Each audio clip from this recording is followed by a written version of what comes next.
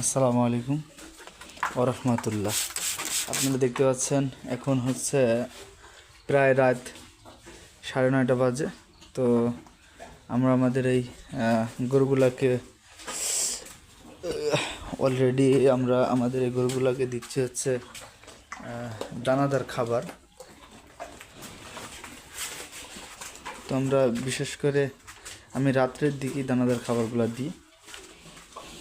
আর আপনারা দেখতে পাচ্ছেন এখানে স্প্রে রয়েছে, যেটা আমরা ব্রয়লার মুরগির মানে ফার্মে ইউজ করে আর কি, যেটা হচ্ছে ফার্ম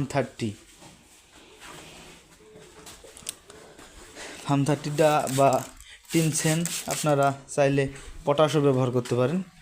তো এই গ্রুপের ওষুধ আমরা ইউজ করি হচ্ছে মানে সব ফার্ম, এক কথায় ঘরের চতুর্থ সাইড দিয়ে বা ঘরের ভিতর দিয়ে আমরা সমানে এটা ইউজ করে থাকি। তো দেখতে পাচ্ছেন অলরেডি শেষ পর্যায়ে।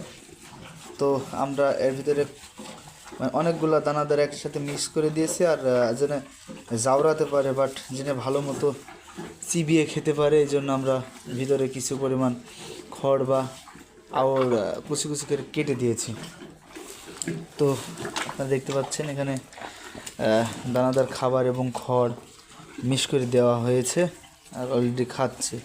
মানে এটা বড়, এই জন্য আমরা একটু বেশি করে তাকে দিয়েছি।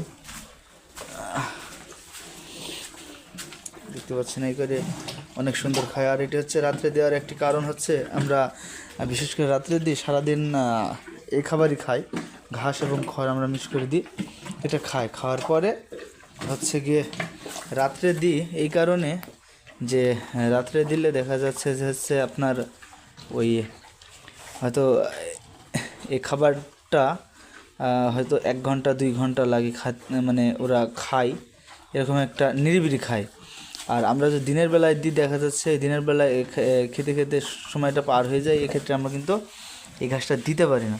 এজন্য এই ঘাসটা পর্যাপ্ত পরিমাণ খাওয়ানোর পরে আমরা রাত্রে দিই, কারণ সময় আছে, আর পর্যাপ্ত পরিমাণ 12 ঘন্টা সময় থাকে। বেশি সকাল পর্যন্ত যখন ইচ্ছে হয়তো শুলো, আবার ঘুম থেকে উঠে আবার খেতে পারলো, আর ওর জন্য থেকে যায়। কিন্তু এরকমটা করে না, কারণ ওরা খাওয়ার পরে কিন্তু ঘুমায়, কারণ লোভ সামনে থাকলে ওরা মিস করে না আর কি। দেখতে পাচ্ছেন খাওয়া চলছে, গতি হয়তো কমে গেছে, আর কারণ নজর তো আর সামলাতে পারছে না, পেট ভরে গেছে কিন্তু নজর সামলাতে পারছে না। আপনারা দেখেন যে টুকটুক করে কোনো রকম খাচ্ছে, ঠিক আছে, কিন্তু পেট ভরে গেছে।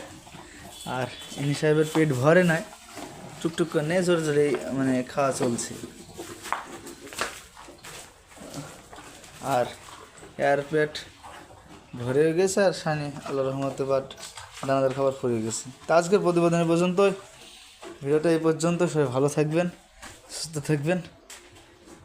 আসসালামু আলাইকুম রহমতুল্লাহ।